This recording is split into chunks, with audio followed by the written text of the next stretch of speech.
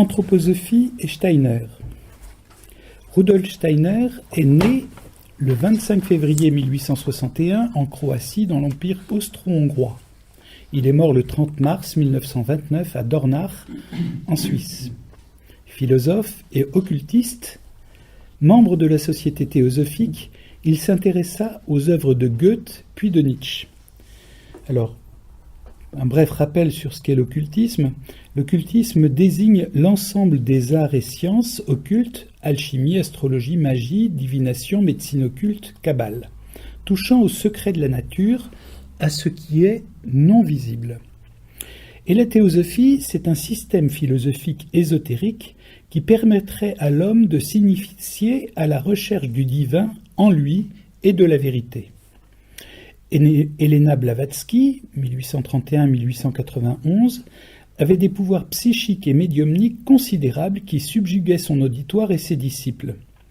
À partir de traditions orientales et d'ésotérisme occidental, elle fonda la Société théosophique en 1875.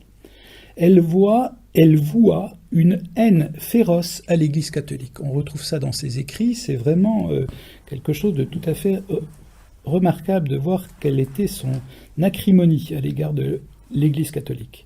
Cette organisation, dont la théosophie spiritualiste, s'apparente à d'autres mouvements initiatiques du même ordre, franc-maçonnerie, Rose-Croix, martinisme, Nouvelle Acropole.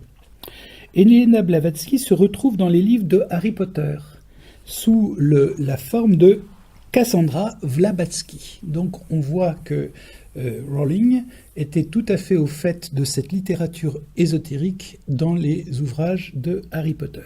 Mais vous voyez, il y a une petite transformation du B de Blavatsky en V Blavatsky, Vablatsky, enfin une petite du verlan. Voilà.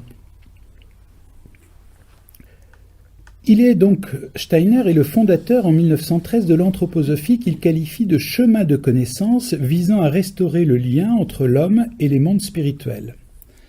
Il se présentait comme un guide spirituel doué de pouvoirs médiumniques, comme la clairvoyance. Cependant, bien qu'il cite des philosophes, les écrits de Steiner n'ont rien de philosophique. Ces affirmations péremptoires ne procèdent pas d'un raisonnement logique. En 1905, Rudolf Steiner fréquente les obédiences maçonniques, notamment celles qui s'intéressent plus particulièrement aux sciences occultes, telles que l'ordre de Memphis-Misraïm, sous l'égide de John Yerker, qui a succédé à Garibaldi. Il sera le grand hiérophante, c'est-à-dire le chef mondial de ce rite. Garibaldi, vous voyez qui est, c'est un révolutionnaire de cette période-là en Italie. Donc, il est très connu, Garibaldi. Steiner œuvre avec Marie von Sievers durant une décennie à restaurer le cérémonial cultuel et symbolique basé sur une supposée tradition de la sagesse ancienne, dont les fondements se trouvent partiellement dans l'ouvrage « Dogmes et rituels de haute magie » d'Eliphas Lévy. Il fonde ainsi son propre rite initiatique. Steiner fonde son propre rite initiatique, la franc-maçonnerie ésotérique, à laquelle Édouard Chouret aurait été initié. Alors Édouard Chouret aussi, c'est un grand occultiste qui a écrit notamment Les Grands Initiés. On le retrouvera plus tard. Parallèlement, Steiner devient le dirigeant du rite Memphis-Misraïm, très implanté en Allemagne et en Italie.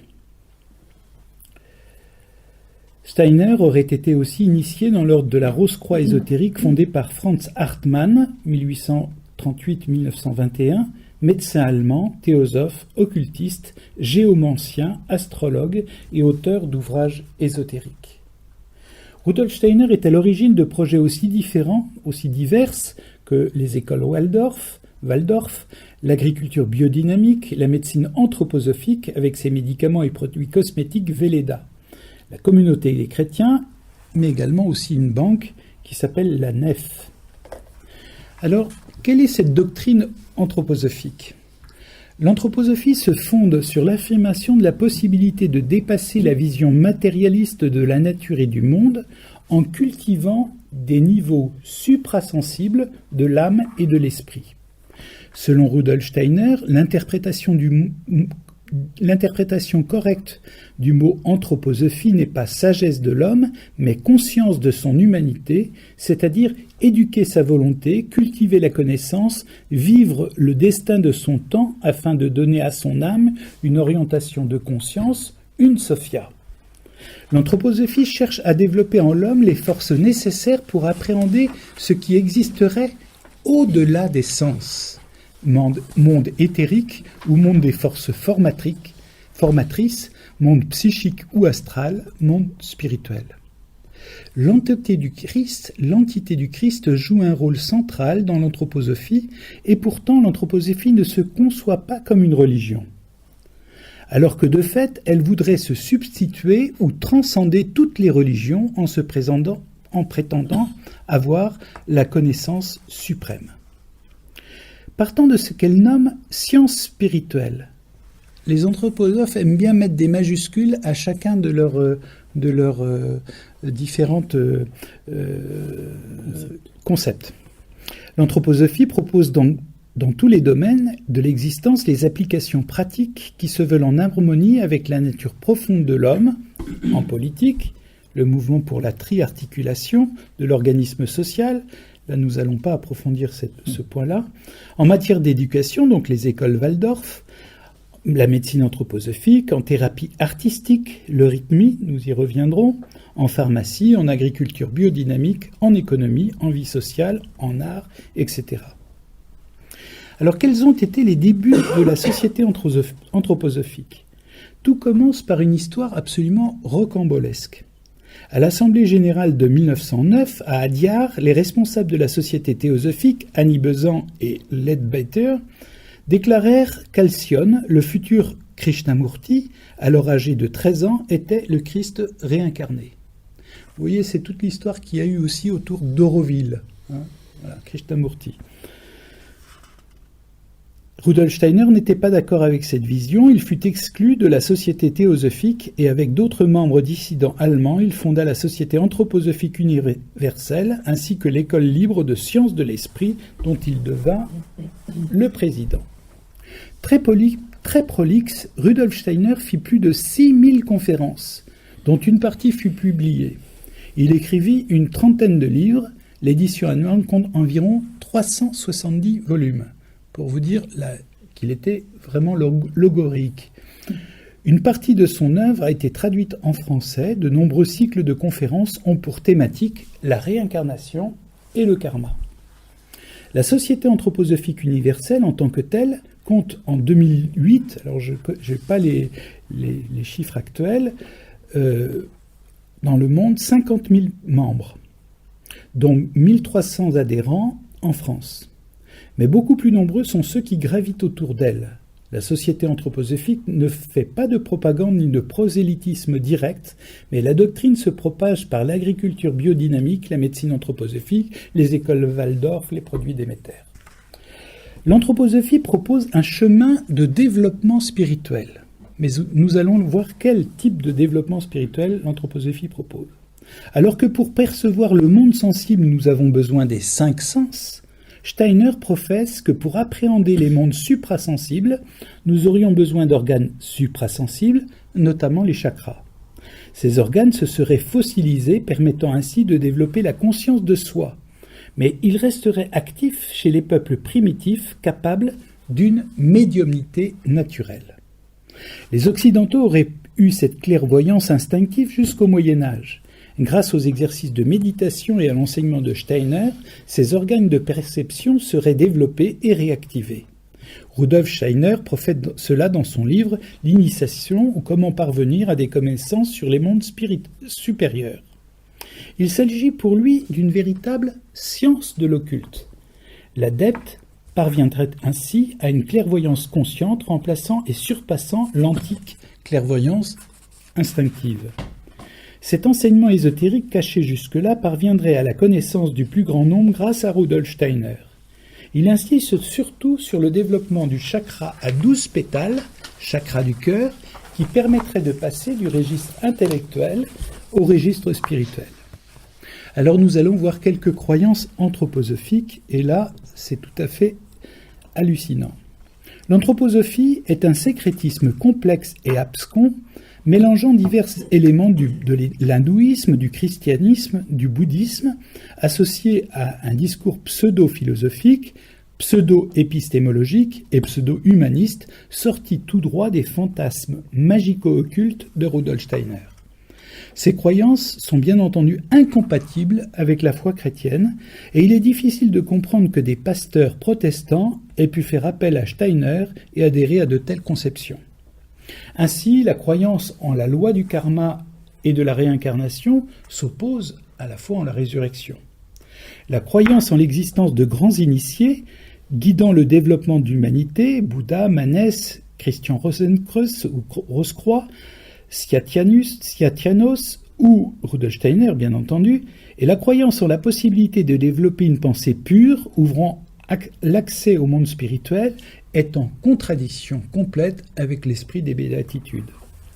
La croyance en l'influence des signes du zodiaque sur l'homme et sur les plantes est un relent de paganisme.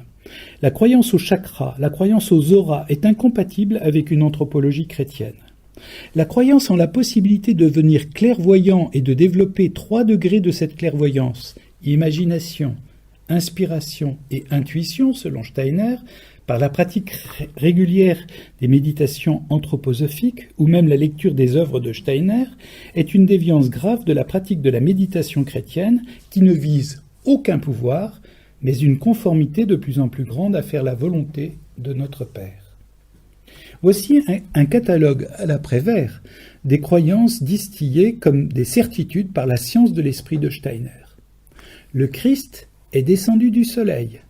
Bouddha s'est réincarné sur Mars, planète liquide. La Lune est faite de cornes vitrifiées. Le cosmos s'arrête à Saturne. Ce sont les gnomes qui font pousser les plantes. La résurrection du Fils de Dieu aurait engendré le phénomène de la radioactivité. L'Atlantide n'est pas un mythe, mais un continent où les hommes avaient des corps cartilagineux capables de s'étendre à volonté. Les blonds ont une intelligence cosmique. Il faut dire que dans la doctrine de Steiner, il y a véritablement des relents de racisme tout à fait pointés par un certain nombre de personnes. Les dinosaures étaient en fait des dragons cracheurs de feu. Les Africains pensent avec leur cerveau arrière. L'organe sexuel du futur sera le larynx. Tricoté développe de bonnes dents. Les hommes et même la Terre se réincarnent. Et enfin, ce sont les dieux qui ont révélé à Steiner les principes de la pédagogie Waldorf. Nous aurions pu ajouter une très longue liste d'inepties de ce genre. Alors, la fondation de la première école Waldorf a été faite en appliquant la pédagogie de Rudolf Steiner en 1919 à Stuttgart. Initialement, c'était une école d'entreprise principalement destinée aux enfants des ouvriers de la fabrique de cigarettes Waldorf Astoria. Les écoles Waldorf sont aussi appelées écoles Steiner. De 1919 à 1924, Rudolf Steiner donna 15 cycles de conférences développant les bases d'une pédagogie issue de sa compréhension spirituelle de l'être humain. Les écoles Waldorf prétendent ne pas enseigner l'anthroposophie. Cependant, la pédagogie et la finalité de l'enseignement reposent sur des bases données par Steiner qui conduisent toutes aux conceptions anthroposophiques. Cela apparaît notamment très clairement dans l'une de ses déclarations au professeur de la première école de Steiner-Waldorf à Stuttgart. Au sein du corps des professeurs, nous devons toujours retenir que nous les hommes ne sommes pas là pour nous-mêmes, mais pour réaliser les plans divins sur le monde. Gardons en conscience le fait que lorsque nous accomplissons telle ou telle chose, nous réalisons en fait les intentions des dieux que nous sommes, en quelque sorte, les réceptacles destinés à réaliser les courants qui viennent d'en haut et veulent devenir réalité dans le monde. C'est tiré de Rudolf Steiner, Conseil, édition des Fédérations des écoles Steiner-Waldorf en France. Page 132. Aujourd'hui, il y a plus de 800 écoles Waldorf à travers le monde. La communauté des chrétiens. La communauté des chrétiens se développe en 1922 à Dornach avec l'ambition de rénover la pratique religieuse chrétienne.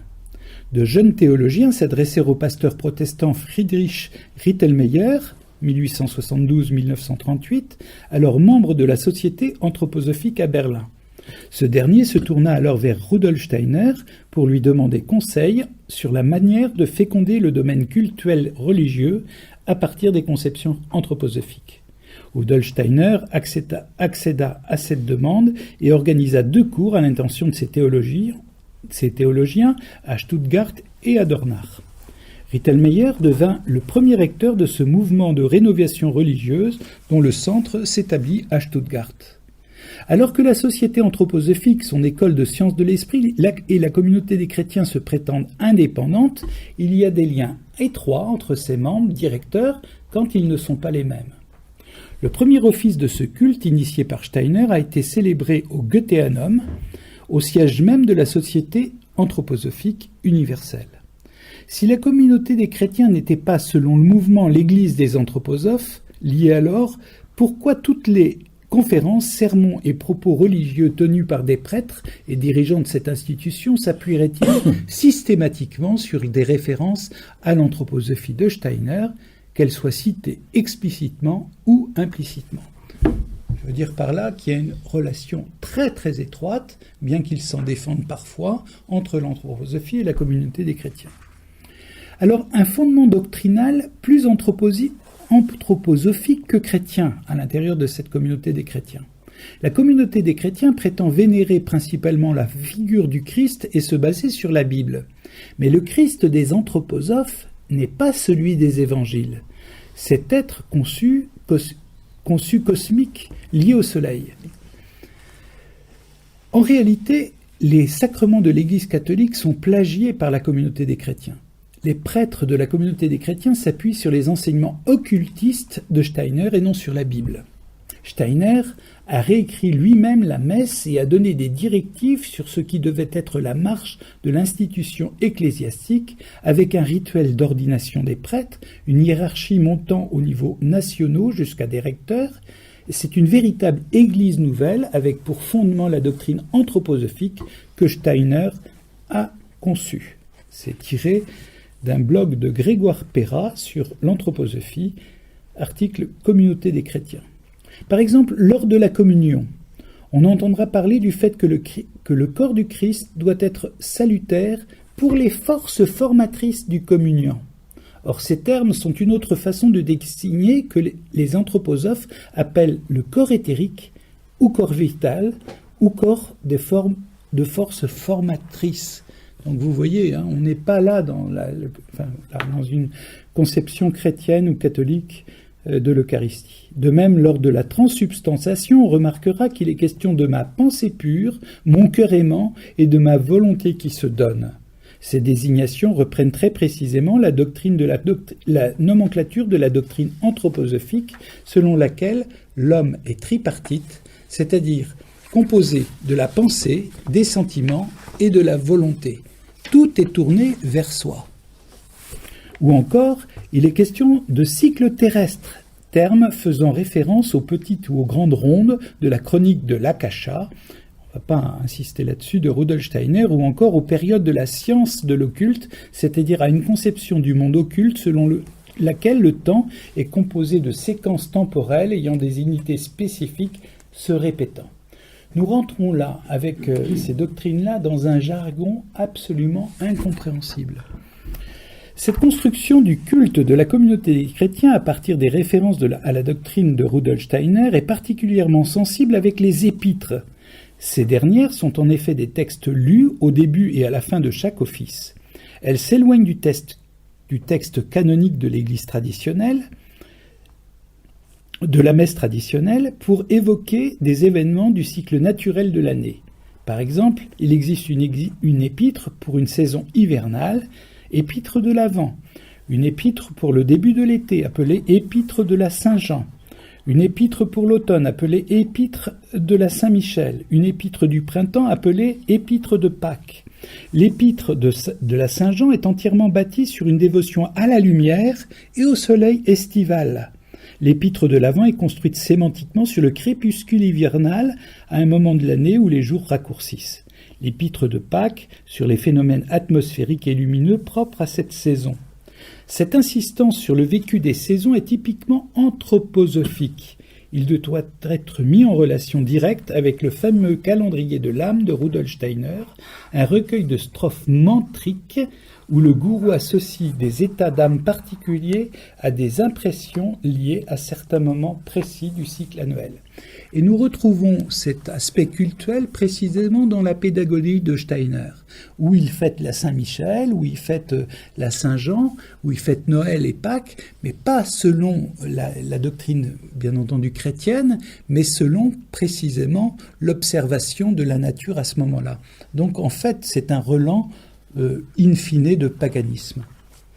Médecine anthroposophique. La médecine anthroposophique a des bases qui reposent sur des cycles de conférences donnés à la demande d'une trentaine de médecins et sur le livre de Ita Wegman, médecin hollandais, 1876-1943. Son livre, c'est « Données de base pour un élargissement de l'art de guérir selon les connaissances de la science spirituelle ». Ita Wegman fonda en 1921 à Herlersheim, en Suisse, la première clinique anthroposophique appelée actuellement Ita Wegman Clinic. Pour la médecine anthroposophique, une mauvaise santé reflète souvent l'aboutissement d'une destinée karmique. Steiner enseignait que les maladies avaient des causes spirituelles. Ainsi, quelqu'un qui naît avec des impuretés spirituelles causées par des péchés et des erreurs commises lors de ses vies antérieures purgerait le mal somato-spirituel contracté lors de précédentes incarnations. La médecine classique pourrait bloquer le processus d'auto-guérison karmique du patient par des médications pharmacologiques ou chirurgicales invasives. Steiner était également contre les vaccins. En vaccinant, nous accomplissons simplement quelque chose que la personne devrait produire elle-même en contrepartie dans une réincarnation prochaine. En médecine anthroposophique, la phytothérapie, l'homéopathie, les élixirs de Bach, les produits dynamisés sont les principes de Steiner, sont préférentiellement prescrits. Je dirais un tout petit aparté sur les fleurs de Bach. C'est au cours d'une initiation de type chamanique que le docteur Édouard Bach, ancien homéopathe, dit avoir reçu une révélation, lui aussi, lui indiquant le nom de 38 plantes dotées de vertus thérapeutiques particulières, rééquilibrant l'esprit ou soulageant des perturbations psychiques ou physiques. Alors tenez-vous bien, c'est le transfert des forces spirituelles contenues dans les fleurs récoltées à l'état sauvage qui permettrait cette harmonisation. Aujourd'hui, de nombreuses fleurs sur le marché sont censées influer sur la conscience et permettraient d'ouvrir à la médiumnité. Certains proposent de charger positivement ces essences de plantes par la méditation et la transmission de pensée. Selon ces perspectives, la force de la pensée donnerait une énergie positive et réparatrice à l'esprit de la plante. Nous sommes véritablement en plein délire, parce que je défie quiconque de pharmacien ou d'analyste, de biologiste, à analyser ce qu'il y a dans les fleurs de Bach, de me dire réellement s'il trouve une once ou une molécule d'essence d'huile essentielle ou d'essence de la plante. On est là dans une virtualité imaginative. L'agriculture biodynamique. Elle a pris naissance en Allemagne à la demande d'agriculteurs. Rudolf Steiner donna un cycle de 8 conférences sur le sujet en juin 1924 à Koberwitz, en Silésie. Les méthodes de l'agrobiodynamie n'ont rien à voir avec l'agriculture biologique pratiquée habituellement. Alors là, c'est très important. Là, quand on parle d'agriculture biodynamique, il ne s'agit pas d'agriculture biologique, avec un label bio, etc. Des normes. Nous allons voir ce qu'est l'agriculture biologique. En effet, l'agriculture biodynamique se base sur les influences astrales des signes du zodiaque, sur des procédés magiques constituant à tuer et à brûler certains animaux en dispersant leurs cendres sur les champs durant la nuit pour éloigner la vermine. Sur des rites consistant à pratiquer certaines méditations pour entrer en contact avec les âmes groupes des animaux pour leur demander leur coopération invisible, et sur des incantations sur l'utilisation de cornes de vache rempli de substances diverses, remuées et en imprimant au liquide la force d'une lemniscate, c'est-à-dire, vous savez, d'un 8, comme ça. Corne que l'on enfouit ensuite dans le sol, vous allez avoir la recette tout à l'heure, vous allez voir un petit peu. Comme autant de capteurs d'énergie spirituelle pour réaliser des préparations biodynamiques. Alors, voici quelques extraits choisis, particulièrement truculents, du chapitre 4, qui s'intitule « Théorie du fumier spirituel » du livre « Cosmos » de Michel Onfray, paru aux éditions Flammarion en 2015. Voilà ce que dit Onfray, et ça vraiment, je trouve que c'est une manière extraordinaire de traiter le sujet. « J'aime le vin, et si j'avais pu boire une seule fois dans ma vie un bon flacon conçu selon les principes de l'agriculture biodynamique, je ne me serais pas interdit la philosophie de Rudolf Steiner, car sa pensée aurait été validée par ses produits. Hélas, je n'ai jamais bu de vin issu de la biodynamie qui ne soit une exécrable piquette. Je compris que ce vin avait moins à voir avec le raisin qu'avec l'idéologie et qu'il procédait d'une croyance qui lui donnait sa loi.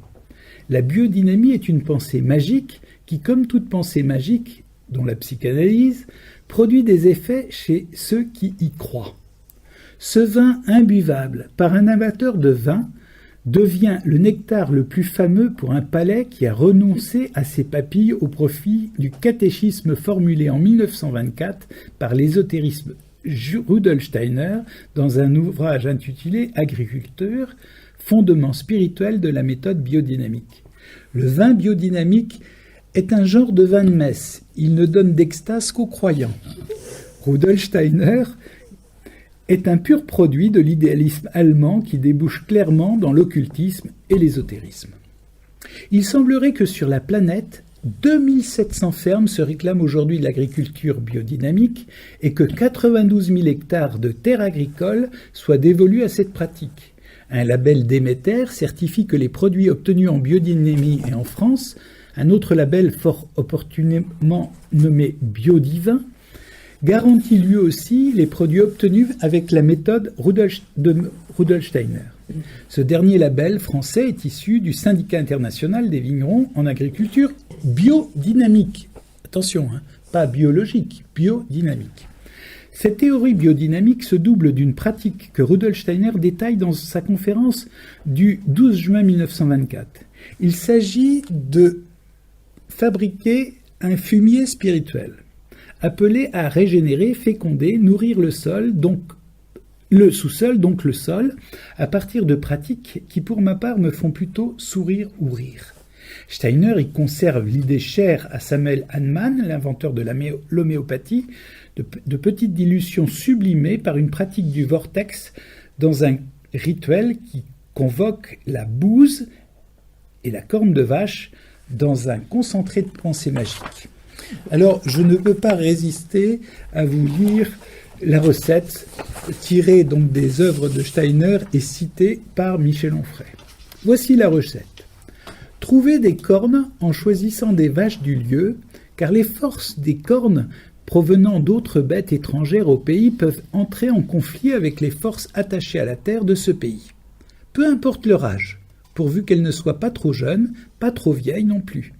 Ne craignant pas la contradiction, répondant aux questions des paysans, Steiner dit qu'on pourra les réutiliser 3 ou 4 fois, mais exige des cornes aussi fraîches que possible.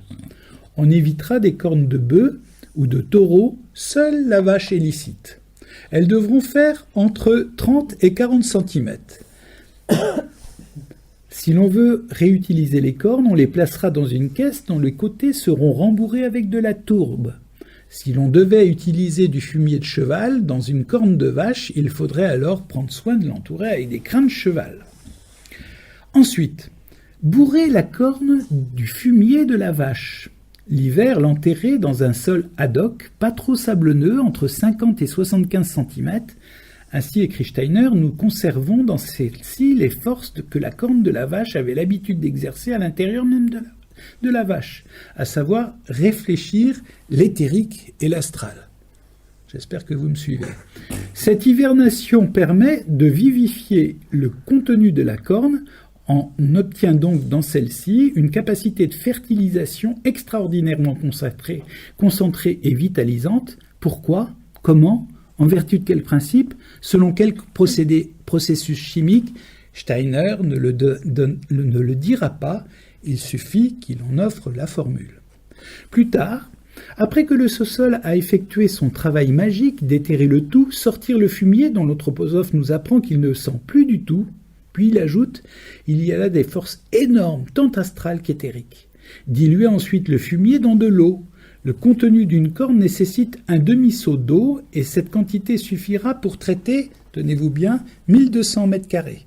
Pourquoi pas 1000 ou 1500, on ne le saura pas plus que pour les autres assertions. Quand le fumier se trouve dans l'eau du seau, il faut remuer en créant un puissant tourbillon, en lemniscate nous l'avons vu tout à l'heure, qui doit toucher le fond du réception. Puis, magie, il faut inverser soudainement la rotation pour créer un vortex. Ce travail doit s'effectuer pendant 1 heure. Steiner explique qu'il vaut mieux éviter la mécanisation de ce geste et préférer l'effectuer à la main, car en brassant de façon ancestrale, le paysan transmet des informations sur lui-même au contenu de son seau. L'anthroposophe invite à mobiliser les amis ou la famille le dimanche pour transformer ce rituel en plaisir. Donc vous voyez, ça peut vous donner des idées si vous ne savez pas quoi faire le dimanche. Une fois obtenu le précieux liquide astral et éthérique, le pulvériser à dose homéopathique, je rappelle un seau pour 1200 mètres carrés, sur le sol enfin régénéré. On obtient des fruits et des légumes dignes du jardin d'Éden, bien sûr. L'extravagance de Rudolf Steiner en matière d'agriculture ne s'arrête pas là. Il complète sa théorie du fumier le 13 juin 1924 en affirmant qu'il reprend à son compte les thèses homéopathiques de la grande puissance des petites substances. À cet effet, il parle de fumure homéopathique. Il donne 6 recettes pour tonifier et fortifier le fumier et lui permettre d'obtenir les meilleurs grâce de certaines substances nécessaires à l'excellence de l'agriculture biodynamique, potassium, calcium, fer, acide silicique et phosphore. Alors pour ce faire, sur le même principe qu'avec la bouse de corne et de la silice de corne, Steiner propose des recettes à mi-chemin du rituel de la sorcellerie et du canular. Première recette, cueillir des fleurs d'aquilée, qui s'avère une plante excellente pour remédier aux maux provoquée par la faiblesse astrale. Sa puissance est telle qu'elle agit du simple fait de sa présence. Mettre sa récolte, tenez-vous bien, dans une vessie de cerf, facile à trouver quand même, que l'on coud, la vessie de cerf est en relation directe avec le cosmos. Prendre ce résultat l'été, à l'air libre, pendre ce résultat l'été à l'air libre dans un endroit aussi ensoleillé que possible, la décrocher à l'automne, l'enterrer l'hiver de façon assez peu profonde, lorsque l'on sort de terre, la mélanger à un gros tas de fumier. Le rayonnement agit, affirme Steiner, en vertu d'une force de radiation extraordinaire. Une fois de plus, la proposition pratique, issue des considérations théoriques, astrologiques, ésotériques et occultistes, confirme aux pratiques de sorcellerie, aux rituels de magie, aux recettes de bonnes femmes prétendument enracinées dans le savoir millénaire des gens de la Terre. Rappelons, nous dit Onfray, que Steiner, théoricien de l'agriculture, qui moque la théorie et vante les mérites du paysan, n'a jamais eu aucun contact personnel et direct avec le travail des champs. Il se contentait de penser l'agriculture du fond de son fauteuil. Je ferme la citation de Michel Onfray, qui est assez longue, mais que je trouve vraiment très amusante. Un adepte très médiatisé de l'agriculture biodynamique est Pierre Rabhi, que l'on voit sur tous les plateaux de télévision et dans beaucoup d'émissions radio, qui, interrogé sur le sujet, affirme qu'il n'est pas anthroposophe. Pourtant, dans son domaine agricole, il organise des stages de biodynamie, méthode d'agriculture magico-religieuse, comme nous venons de le voir. Pierre Rabhi y fut très tôt initié. Il le raconte dans son ouvrage intitulé « Du Sahara aux Cévennes ».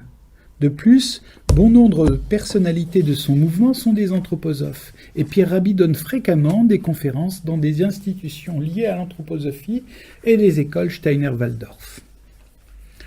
Voilà pour ce qui est de l'agriculture biodynamique. J'espère que ça t'aura convaincu, Philippe. Heureusement que maintenant tu n'as plus exercé ce genre de choses. Le rythmie. Dans les écoles Steiner-Waldorf, on pratique le rythmie, cet art du mouvement que Rudolf et Marie Steiner ont inventé. Le rythmie est présenté par ses adeptes comme une sorte de danse ou d'expression corporelle permettant une meilleure prise de conscience personnelle et relationnelle. Pas un mot, dans un premier temps, n'est dit sur les arrière-plans ésotériques de cette activité scolaire. Pourtant, Rudolf Steiner lui-même disait que le rythmie n'est pas une fille, mais la sœur de l'anthroposophie. Le rythmie est une sorte de grammaire gestuelle qui permettrait de rendre corporellement visibles les sonorités de consonnes, de voyelles et de phonèmes. Cette correspondance parfaitement subjective et suggestive induit dans l'esprit des enfants des gestes codifiés qui sont présentés comme immuables et universels. Le rythmie serait en effet, selon les anthroposophes, le langage de l'invisible rendu visible. Les sonorités des mots exprimeraient dans chaque langue quelque chose de l'essence éternelle de ce qu'ils désignent. En fait, le rythmie se nourrit d'autosuggestion. Lorsque les enfants font des gestes censés représenter la sonorité des mots, l'enseignement leur indique ce qu'ils sont censés ressentir intérieurement. Ainsi, les élèves des écoles Steiner-Waldorf sont accoutumés à s'imaginer qu'ils ressentent effectivement en eux-mêmes telle ou telle chose, alors que celles-ci leur ont été suggérées. On fait croire aux élèves qu'ils ont découvert par eux-mêmes, au fond d'eux-mêmes, certaines idées qui en réalité ont été implantées dans leur esprit sans qu'ils ne s'en aperçoivent. En anthroposophie, une large place est réservée à l'intuition, au ressenti. Mais les enfants qui ont subi cet enseignement sont de fait formatés jusque dans leur inconscient pour aborder la vie selon les conceptions du maître Steiner. Il est fréquent que les réunions anthroposophiques commencent par des gestes de rythmie, avec la consigne que chacun prenne bien conscience de ce qu'il pense et de ce qu'il fait. En réalité, l'adepte reproduit les schèmes de pensée qu'on lui a inculqués. Alors la doctrine sur le corps. Pour Steiner, le cœur n'est pas une pompe et le sang circule de son propre chef grâce à la force vitale qui porte en lui. De même, il enseignait que le cerveau n'était pas impliqué dans la connaissance. Pour Steiner, la véritable connaissance était l'exercice de pouvoirs paranormaux rendus possibles quand les individus développaient des organes de clairvoyance, et notamment les chakras dont nous avons parlé tout à l'heure. Le corps aurait une structure ternaire, c'est-à-dire un corps physique, un corps éthérique et un corps astral. Le corps physique, la partie visible, est le seul qui est reconnu et étudié par la science. Le corps éthérique est pour Steiner, à la suite des occultistes, le corps vital, ou un champ de force qui permettrait le développement du corps physique et son maintien en forme. Le corps astral est appelé par Steiner corps psychique, corps de conscience, ou parfois corps des désirs ou corps animique. Il serait de forme ovoïde, et ce corps astral serait perceptible par les clairvoyants qui l'assimilent à l'aura. Ces couleurs varieraient en fonction des climats intérieurs de la personne et de son état de santé. Alors ce qui fait l'unité de tous ces corps-là, c'est le moi qui est considéré comme l'entité supérieure immortelle de l'homme, censée agir dans l'âme et qui susciterait ainsi l'être conscient. Les corps spirituels, le disciple qui suit le chemin spirituel de Steiner, les corps supérieurs, pardon. Le disciple qui suit le chemin spirituel selon Steiner anticipe par le travail qu'il fait sur lui-même les stades de conscience qui ne deviendraient l'apanage naturel de l'humanité que dans le futur. Donc, Steiner donne les recettes de l'humanité future. Le travail du moi sur le corps astral, en le transcendant, donnerait naissance au soi spirituel. Le travail du moi sur le corps éthérique, en le transcendant, donnerait naissance à l'esprit de vie. Et le travail du moi sur le corps physique, en le transcendant, donnerait naissance à l'homme-esprit. C'est un véritable jargon qui n'a absolument rien de scientifique, de philosophique ou de théologique et ne rentre, bien entendu, dans aucune catégorie anthropologique. C'est vraiment un jargon qui à chaque fois qu'on demande une précision est d'un flou artistique qui noie le poisson et dont on ne sait pas de quoi réellement on parle. Alors, pour Steiner, il existe des entités dites adverses. Et ça, c'est une grande proposition qu'il peut faire. Le monde invisible est habité par des entités adverses que seraient Lucifer et Ahriman. Ainsi, le Christ cosmique maîtriserait Lucifer et Ahriman dans leur opposition pour maintenir l'équilibre intervenant dans le développement de l'humanité. Alors, tenez-vous bien, donc les forces lucifériennes auraient une action expansive, centrifuge, dilatoire, dissolvante et calorique, tandis que les forces ahrimaniennes auraient une action contractante, durcissante, centripète et réfrigérante. Selon cette vision, dans l'organisme humain, les forces lucifériennes auraient un certain rapport avec les maladies de type inflammatoire, microbienne, tandis que les forces ahrimaniennes seraient liées aux maladies sclérosantes, paralysantes et virales. La santé résulterait ainsi de l'équilibre dynamique entre ces deux tendances.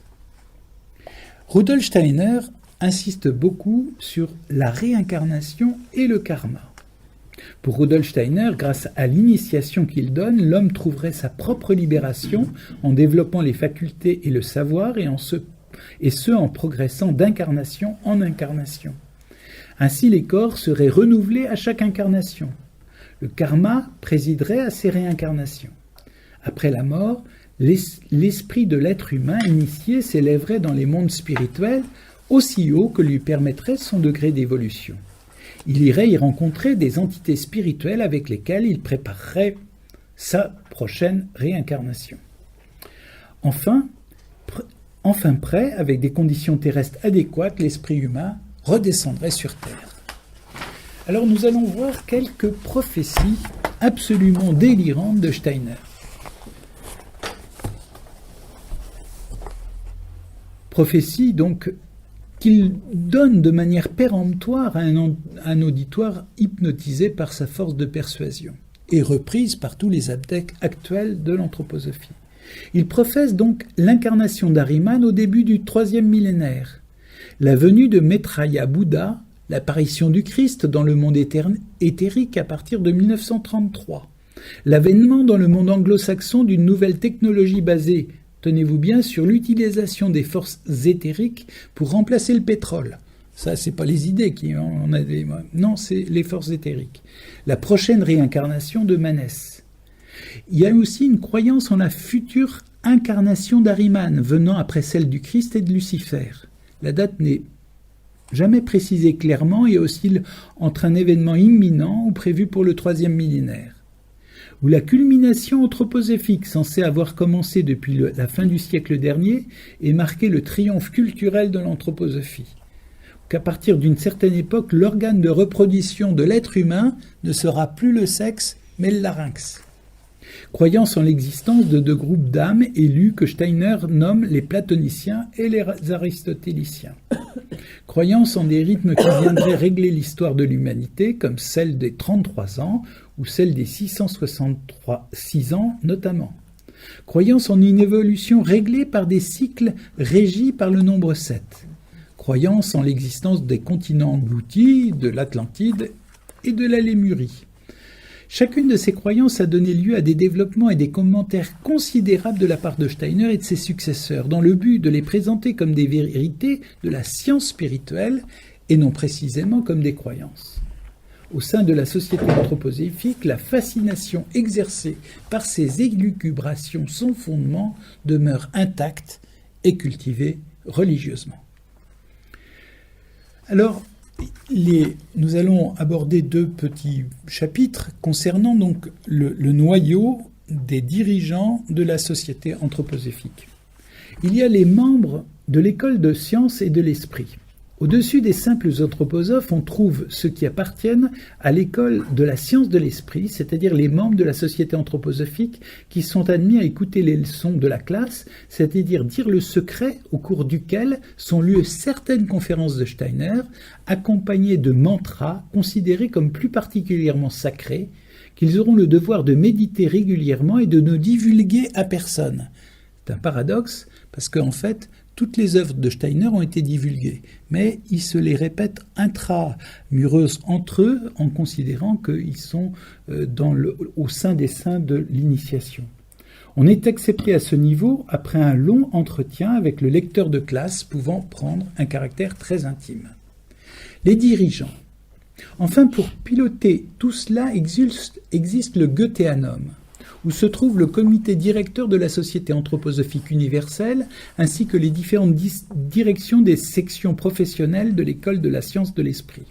Le Goetheanum n'est pas considéré comme un simple centre administratif, mais comme un véritable temple.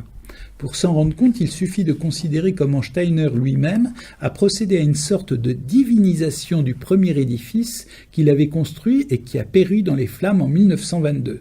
Certains anthroposophes vont jusqu'à parler du Goetheanum céleste, comme il y a une Jérusalem céleste dans la Bible.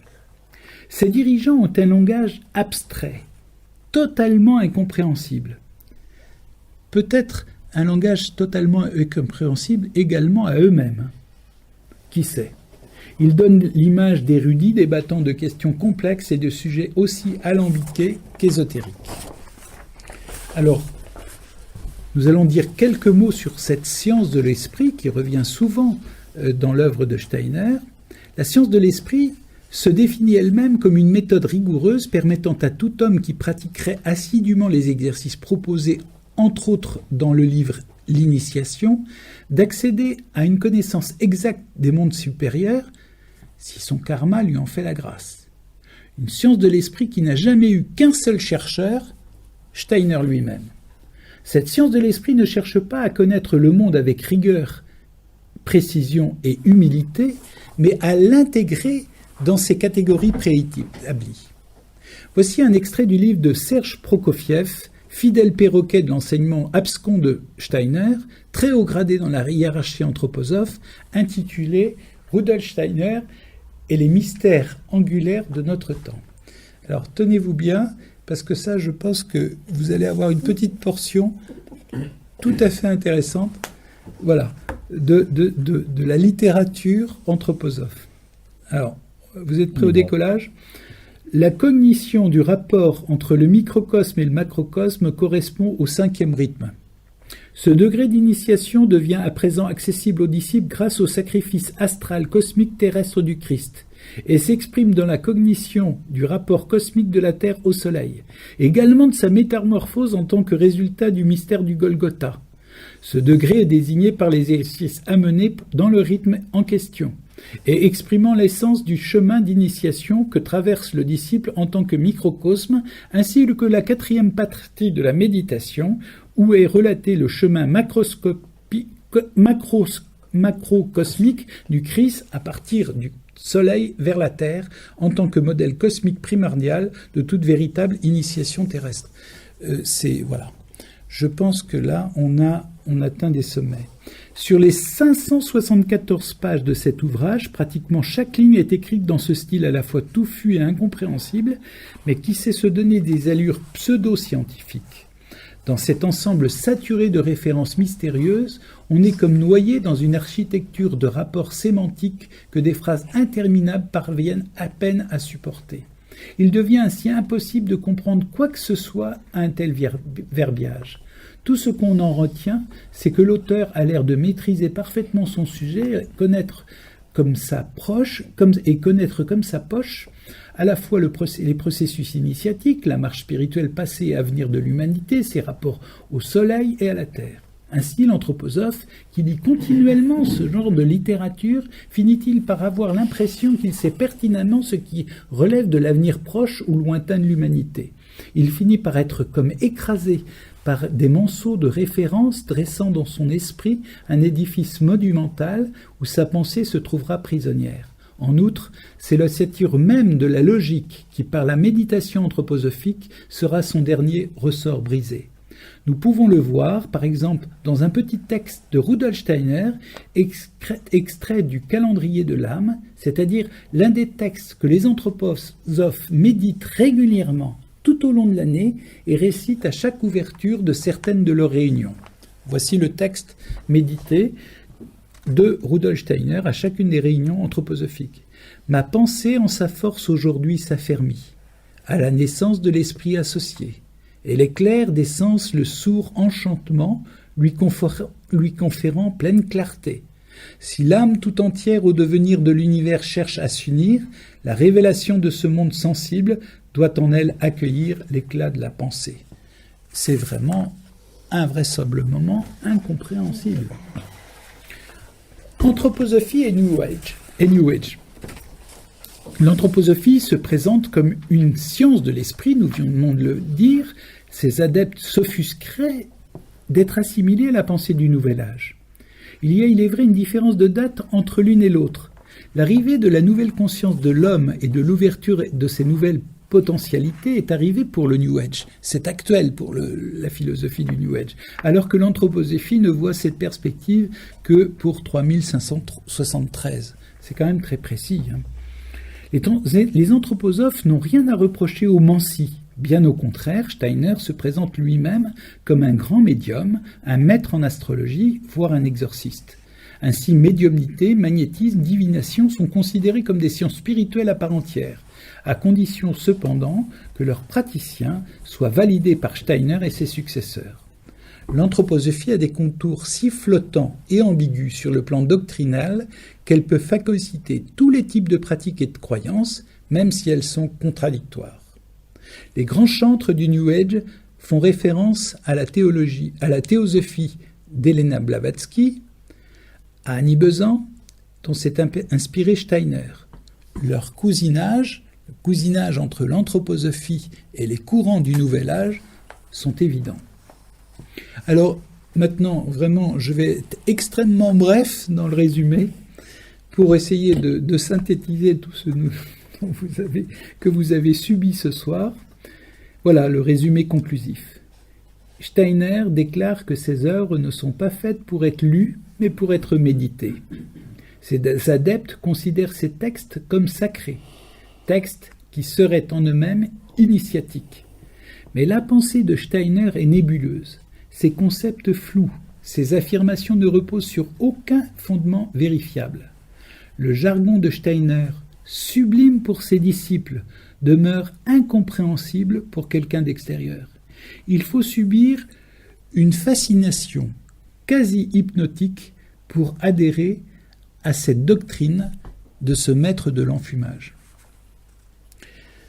Je voudrais, pour terminer, faire référence au blog remarquable dont je me suis servi abondamment pour une analyse approfondie.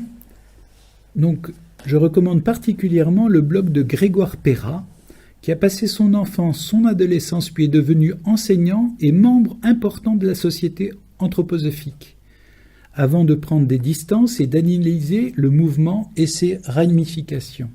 Il est actuellement philosophe. Grégoire Perra.